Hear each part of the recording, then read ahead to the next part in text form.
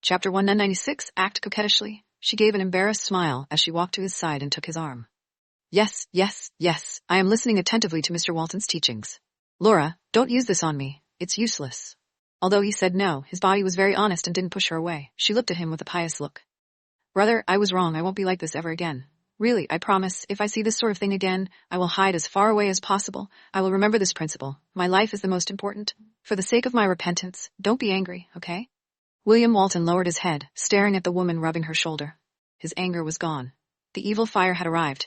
Who said she wouldn't act coquettishly? It's not that she doesn't know how to act coquettishly, but that she clearly refused to act coquettishly. Look, isn't it easy to act? William Walton coldly snorted, and no longer berated her. If he hadn't wanted her to remember to do something that would hurt her, he would have been angry. He would have torn her into pieces and swallowed her whole. The car stopped in front of the villa.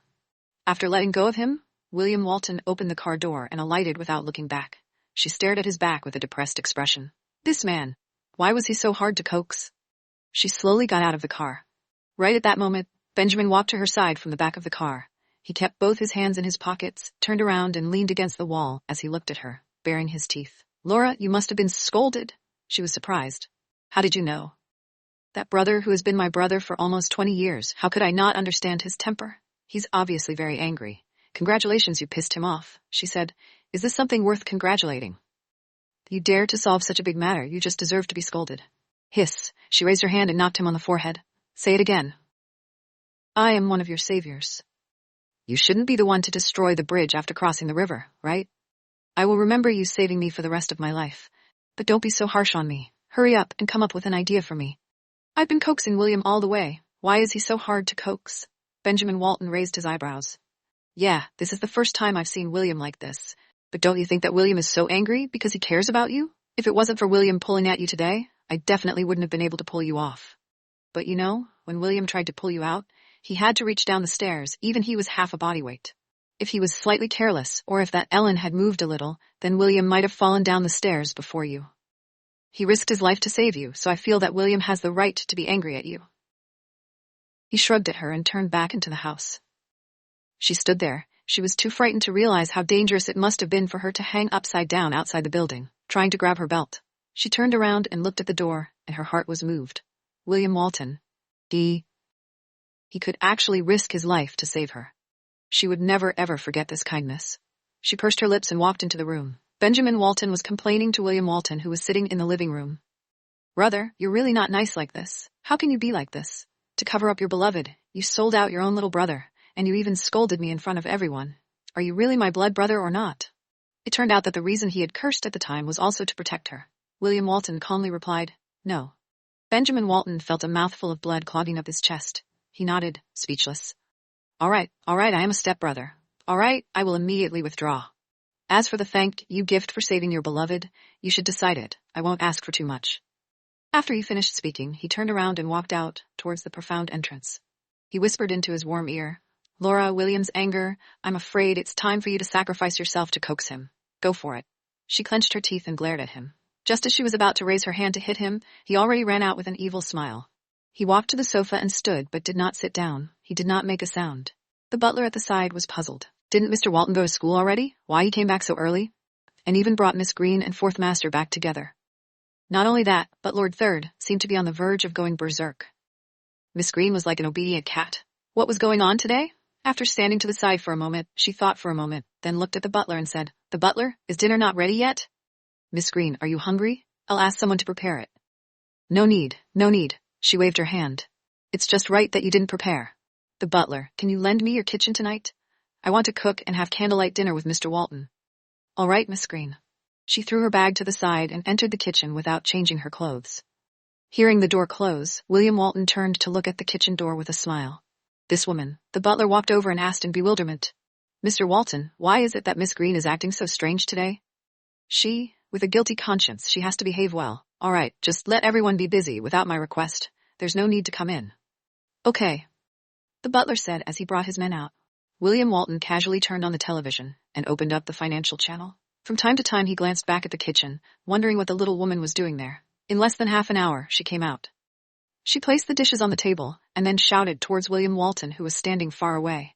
Brother, it's time to eat. He did not move, did not look at her. However, he thought to himself, normally she would call him William Walton, but now she called him brother. He really enjoyed being called that, so he would pretend to be angry a little longer. Laura pursed her lips and stood on the spot, making a face at his back. This was definitely the most angered man in all of history. She walked around the dining room to the living room sofa and giggled beside him. She held his arm and said, "Brother, I know you haven't calmed down yet, but you can't be angry with empty stomach, really." William Walton turned his head and looked at her. He snorted at her, then stood up and followed her to the dining table. He looked at the 4 dishes on the table. It really was just vegetable. Stir. Fried lettuce, cold mixed lotus root slices, fried celery with shredded meat, and a bowl of bitter melon soup. He frowned and said coldly, "Are you going to feed the rabbit?" "Of course not. Rabbits don't eat these things." She sat down across from him. "Lettuce, lotus, celery, and bitter melon are good to help you calm down. You see, you saved me, and I even made you angry. I am, after all, a person, so how could I let my benefactor be angry over me and injure his body? In order to express my sincerity, I specially made a table of dishes to make up for my past deeds." She didn't forget to blink and smile at him. She could be considered to be pretending to be cute. Chapter 197. I'm not very resistant to doing this with him anymore. William Walton felt an itch in his heart when she looked at him. The hand that was going to take the fork slowly lowered. He looked at her and said coldly, "Do you think I can vent my anger that way?" I also know that right now, you might be quite angry, but a meal won't let you quell your anger. However, I must do my best to make up for my mistakes, right?" William Walton raised his eyebrows, raised his right hand and crooked his finger at her. She wondered what that meant. "Sit down next to me. Let me tell you, why am I so angry today?" She obediently stood up, walked to the chair beside him and sat down. William Walton crooked his finger once again. "Come over here." There was no one else in the room, she wondered.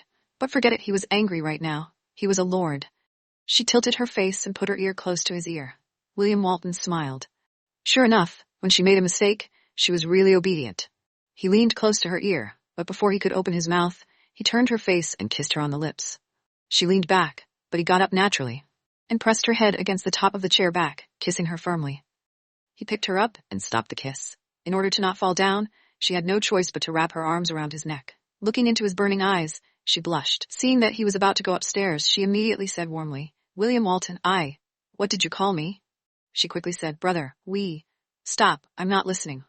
Inside, he kicked the door shut behind him. He walked to the bed and put her inside. She looked at him nervously, and he leaned forward again and kissed her. At the beginning, it was still a bit stiff. She just lied there mechanically, not knowing what to do. However, as his kiss went deeper, she slowly raised her hand and wrapped it around his neck. His hands began to mess around with her. She let go of his arm and pushed at his shoulder with a little resistance, but he was as still as a statue. He took her hand off his shoulder and began to unbutton her dress. Nervously, she squeezed the sheet. Actually, she really didn't resist to do it with him anymore. But when she thought of that scene, she was still very shy. Her face was as red as a monkey's butt. He laughed and squeezed her cheek. Her shy appearance as a little girl really made people not get tired of her. Just as he was about to take the last step, there was a knock on the door. William Walton became agitated and turned his head to shout, "Who is it?" The butler's voice sounded at the door. "Mr. Walton, it's me." He sternly shouted, "Go down. Without my order, no one is allowed to come up. Third master, second young madam is back." In her heart, there was shock. She's back? Somehow, when she heard this title, she avoided his gaze and looked at his face. When she saw the frown on his forehead, she finally understood what she was doing with him. Even though she knew that Betty Anderson she would always be at the bottom of his heart, she was probably really crazy. She didn't know, but at this moment, William Walton was frowning between his brows, thinking, Carol Wright is really annoying. Why did she come back at this time to disturb our little couple? William Walton said coldly, "Let them go find Benjamin first. I have something to do here. I don't have time to see them," he said, intending to continue. However, she moved her body up quickly, pulling up the blanket to cover herself. At the door, the butler braced himself and said, "Second master did not return. Second madam came back herself." She tried her best to restrain her emotions as she said lightly, "You should go down and take a look first." William Walton was depressed. "No, let's finish it first." "No, you go down and have a look." She looked at him with a small, stubborn expression on her face. Today, if it wasn't for Carol Wright's sudden arrival, she would have done this matter with him. But now, she couldn't, because Carol Wright, that she had forgotten, had appeared. She knew clearly in her heart that William Walton had loved that woman, and if he was still unable to let her go even now, how could she possibly do such an irresponsible thing to him? No. William Walton let out a heavy sigh, and once again cast a low curse in his heart. He lowered his head and pulled away her quilt. He gave her a kiss before sitting up and putting on his clothes. Seeing that she did not get up but only used the blanket to cover herself completely, he looked at her and raised his eyebrows. "Are we going down? Why aren't you getting up and putting on your clothes?" she dejectedly said. I won't be going. You can go by yourself. William Walton moved closer to her. You were the one who suggested we go down. Since Miss Wright came here on her own, then she must be looking for you. Why should I go there? He leaned close to her with a doting smile and was going to pull her. Stop being jealous. Hurry and get up. She moved to the side and said impatiently, Don't always say I'm jealous. I'm not jealous. It's not like I don't know. You and Miss Wright got to know each other first. Why should I be jealous? I'm not. Why should she be jealous? She wouldn't be jealous like this. Seeing her angry, William Walton took off the clothes he was wearing and jumped back onto the bed, about to crawl into her bed. She quickly pressed both hands to her sides, covering her blanket as she cried out in alarm. What are you doing? If you're not going, then I'm not going either. Let's continue. Let her wait downstairs. Can you not be so bored? You clearly know that she is here to find you, so why should I follow you down? In any case, I'll have to leave if I go. Can't I just choose not to go down? No, because you are my woman now, and there are guests at home. As your mistress, is it appropriate for you to hide in your bed and not show yourself? She paused and looked at him. Mistress? Also, if you don't want to see her, just say it. I'm your man, so isn't it up to you to decide? He calmly said, Choose. Should we continue to linger around or go down together? I'd like to choose the former. She rolled her eyes at him. The latter, quickly get up and put your clothes on. She sat up and scooped up her clothes. William Walton smiled and got up. Carol Wright was sitting on the sofa, staring at the business channel that William Walton had opened earlier in a daze. Hearing footsteps, she looked back. Seeing Laura come down with William Walton, her expression turned serious and then revealed a faint smile. Miss Green, you're also here. Chapter 198. You can't live here. William Walton walked to the side of the sofa with Laura and sat down. Auntie brought some pastries and fruit. The three of them did not move, but Carol Wright said, I just went to the company to look for you. Daniel said that you had other activities in the afternoon and had left long ago, so he called the driver to ask, and the driver said that you were home, so I came over. I didn't disturb you, did I? She said, No, we just came back. William Walton knew that Carol Wright was trying to probe something, and he was too lazy to hide it, so he said. He crossed his legs and said, Why did you come over alone? Where's Jack? Carol Wright lowered her eyes and spoke with a trace of resentment in her voice. Can't I come over by myself? Jack's actions are not convenient. If you come out alone and leave him at home, I'm afraid it will be inconvenient for him. Carol Wright bit her lips. I'm not his nanny. Moreover, there are so many people at home. Why must I stay at home? Seeing that Carol Wright's emotions were a little agitated, she looked at William Walton and asked, Miss Wright, have you eaten your dinner? Carol Wright looked at her, and her voice also became much gentler. Not yet. That's great, we didn't eat either, she said as she pointed at the table. I just personally cooked a few dishes. If you don't mind, you can have a meal with us. Carol Wright smiled warmly and nodded. All right, I've long heard that Miss Green's culinary skills are excellent. The last time we ate barbecue, you said that it was not considered culinary skills, but this time, I am finally lucky enough to taste it. The two women walked towards the table together. William Walton looked at the two in annoyance. He got up and walked over to the dining table. He had almost forgotten about this afternoon's accident, but when he saw these 4 dishes, William Walton gave her a glance. Seeing his eyes, she said to Carol Wright with a guilty conscience, It might be a little cold. Why don't I go and warm it up? William Walton sat down next to her. Don't heat it up. It's not completely cold. Let's just eat like this. Carol Wright looked at the dishes on the table and pursed her lips.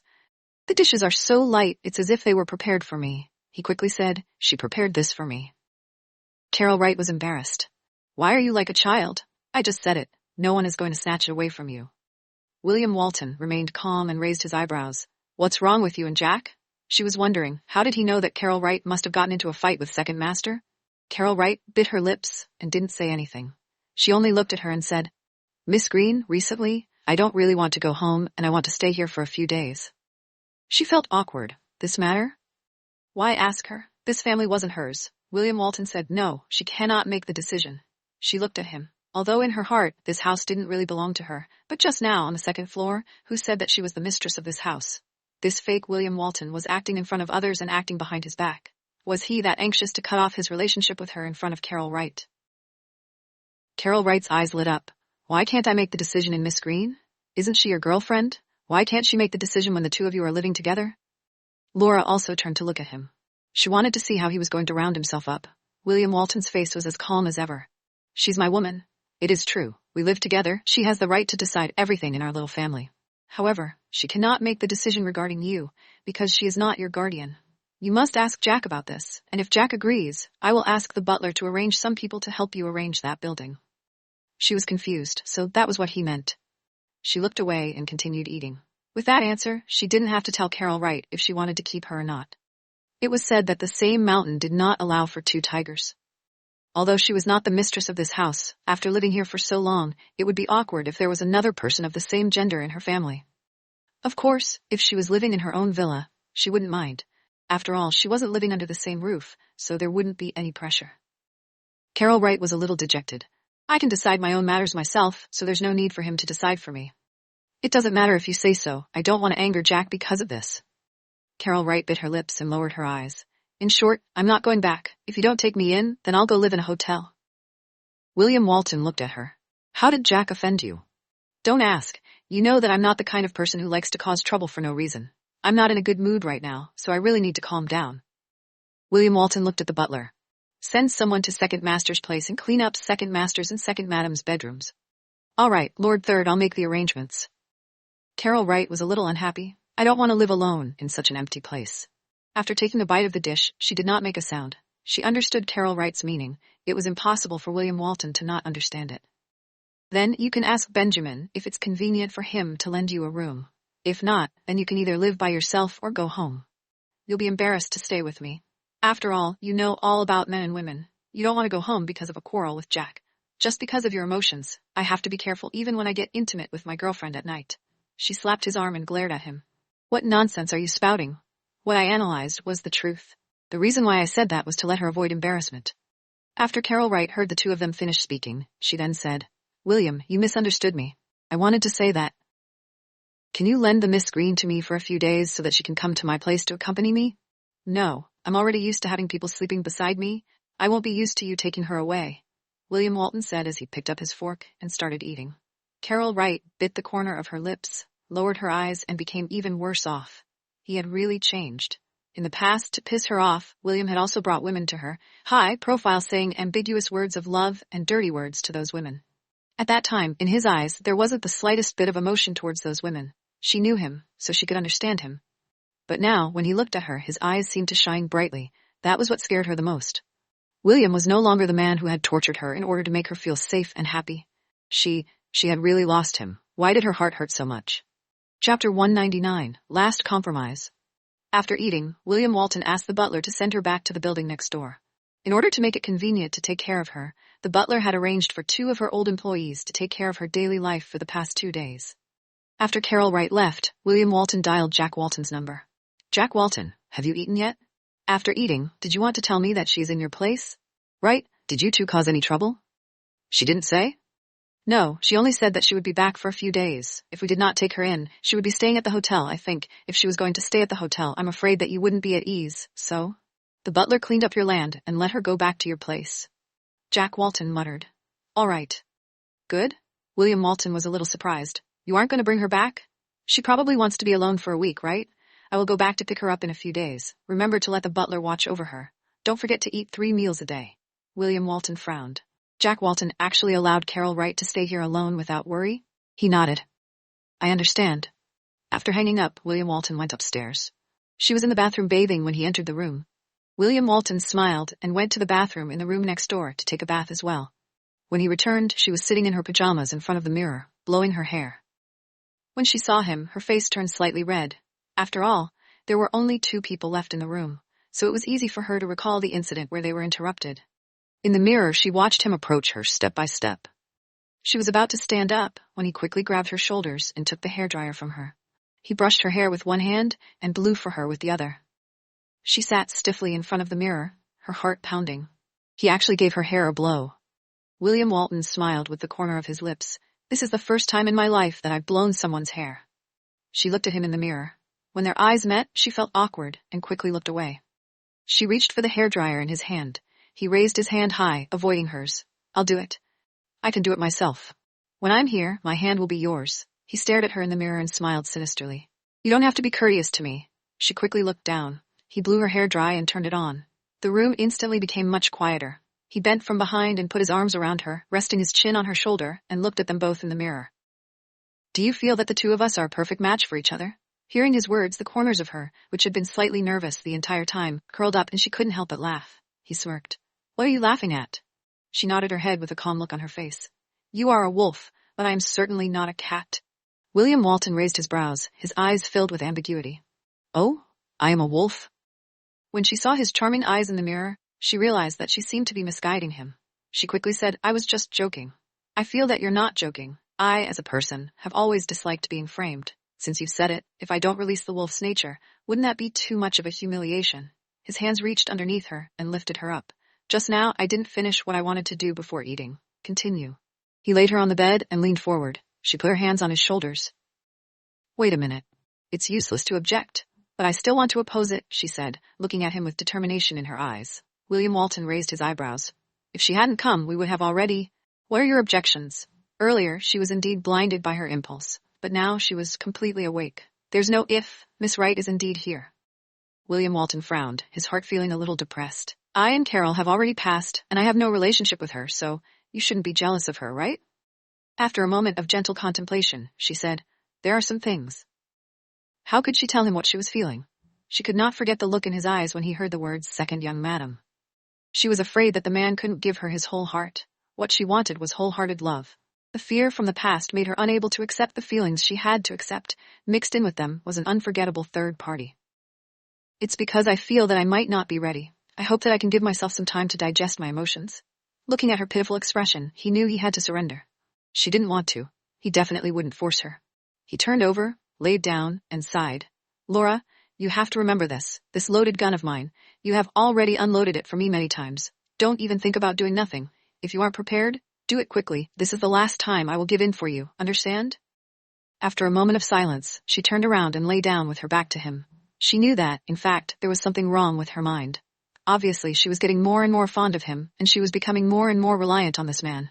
However, what could she do? Sometimes she just couldn't convince herself. She had a nagging feeling that when such an outstanding William Walton said that he liked her, she was the one who had to do it, causing her to feel uneasy. How could she overcome this psychological fear? How could she live up to her feelings in her future? William Walton went closer to her and hugged her from behind. She rolled over and snuggled into his embrace, slowly falling asleep as she let her thoughts run wild. Perhaps it was because she had slept rather late the previous night, but she only woke up the next morning at 8 o'clock. William Walton was no longer in his room. After washing up, she went downstairs and saw Carol Wright eating breakfast in the dining hall. Suddenly seeing her at home, she even felt a bit awkward. When the butler saw her, she respectfully said, "Good morning, Miss Green." "Good morning, butler." Hearing the voice, Carol Wright turned around and looked at her. "Miss Green, it's good that you're here. Let's have breakfast together." She nodded and walked over with a warm smile. She looked around the living room. It seemed that William Walton was not home. Perhaps she had seen through her thoughts. Carol Wright laughed and said, "Just now, when I was having breakfast with William, he received a call saying that there was an important matter at the company and that he had not even finished his breakfast and had already left for the company." She smiled awkwardly. He used to eat breakfast with her. But now? Since Carol Wright was here, he didn't need her to accompany him anymore. The butler who was standing at the side was puzzled. He had been by Mr. Walton's side ever since he got up in the morning. Mr. Walton hadn't eaten breakfast with second young madam at all. Chapter 200, Very Deep Cultivation Experience. In the morning, Mr. Walton came down from upstairs. He asked Mr. Walton, "When do we eat?" Mr. Walton said, "Laura slept late last night, so don't disturb her. Let her sleep for a while and wait for her to get up before eating." Then Mr. Walton sat in the living room and watched the stock market. Afterwards, second young madam came in and said that she wanted to eat with Mr. Walton. Mr. Walton clearly didn't take the call, but he got up and told his second young mistress that he had just received a phone call and had some matters to deal with at the company, so he left first. The two of them had not met for more than 2 minutes. She pursed her lips and smiled. "I'm not looking for him. Miss Green, you and I are both women, so I understand you. The moment I opened my eyes, I wanted to see the man I love. That's natural." Her face blushed slightly, but she didn't say anything. Carol Wright said, "That's right. I want to buy some things today. Miss Green, can you accompany me there? I need your help." All right. After dinner, she went upstairs to change her clothes. Aunt cleaned up the table. Carol Wright stood up and looked up at the butler. Seeing that the second young madam was staring at him, the butler asked, "Second madam, do you have any instructions?" The butler, Miss Green, and William, are they really a couple? The butler did not understand and looked at her. "But don't you find it strange? I just told Miss Green that she actually did not mind that William ate breakfast alone with me. Is she supposed to be jealous?" The butler suddenly realized that the second madam was lying because she wanted to probe out Miss Green. She doesn't seem to have any reason to be angry when his boyfriend eats with his family's sister-in-law. But she seems to know about my previous relationship with William. The butler did not say anything. For something like this, he was not in a position to express his opinion. Carol Wright waved her hand. Forget it, I shouldn't have done this. After all, this is his matter.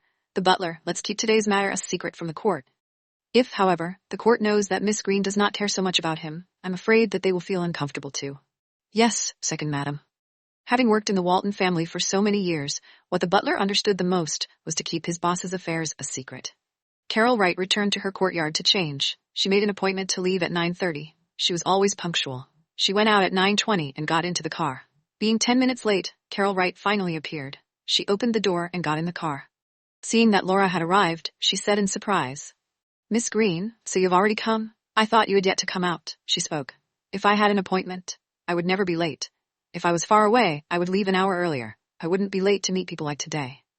In the past, when she had date with Judy, she would always be late, but she never got angry. However, when Carol Wright was late, she was very angry. It was clearly you who asked for it. It was you who clearly set the time. It was clearly at the door of the house. As long as there was 1 minute in advance, you wouldn't be late. Yet the other party insisted on being 10 minutes late. This made her feel that Carol Wright was disrespectful to others. Since Carol Wright did not respect her, she naturally had no reason to treat her well. Hearing Laura's words, Carol Wright's face revealed a look of guilt. Miss Green, why do I feel like you seem to be mad at me? Sorry, I didn't mean to be late. I was going to come out earlier, but my husband called me. After a few words, I came out late. I really didn't do it on purpose, really. Laura looked at her. So that was the case. It seemed like she had misunderstood. Miss Wright, what I said was only in response to your words. Didn't you say that you thought I hadn't come out yet? Carol Wright pursed her lips and laughed lightly. Then you're not angry? I'm already very embarrassed for making you wait for me. If I were to make you angry again, then I will have committed a great sin. After all, you are currently the flesh and blood of our court. Miss Wright is getting serious, Carol Wright said to the driver. Mike, let's go. Yes, second madam. On the way, she turned around and looked out of the window. It was so strange, sitting in the same car as Carol Wright, she felt very awkward. Obviously, the Miss Wright had never offended her, so how could she have such negative emotions? Could it be jealousy? She shook her head. No, she was not jealous. She wouldn't be jealous. Furthermore, William Walton had said it before, he was only his sister-in-law.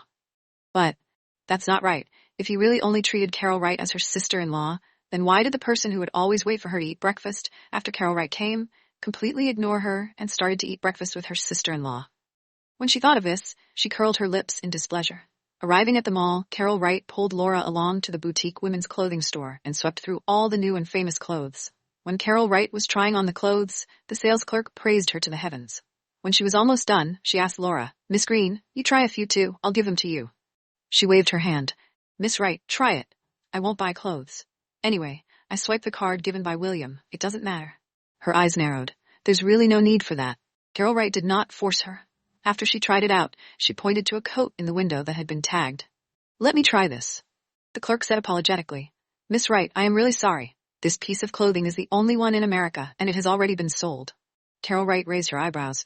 I can offer an even higher price. If it was another set of clothes, I would definitely think of a way for you, but this one was ordered by Mr. Walton yesterday. There's really no other way. Carol Wright was surprised. Mr. Walton ordered this set of clothes? Yes. Carol Wright was silent for a moment, then smiled warmly. Miss Green, looks like he's prepared a surprise for you. Then forget it, I won't take away her beloved. Without waiting for her to say anything, she stood up and said to the shop assistant, Wrap all of these up for me. In less than half an hour, she had spent less than 10 sets of clothes and had spent $800,000, just like that. In the world of the rich, she really couldn't look up to it. She tilted her head and looked at the long, olive-colored coat hanging in the window, priced close to 7 figures. She shook her head. Isn't it about time she chatted with William Walton? There was no need to spend money that she should not have. What she cared about was never these material things. Carol Wright turned her head, looked at her eyes which were looking at her clothes, and smiled.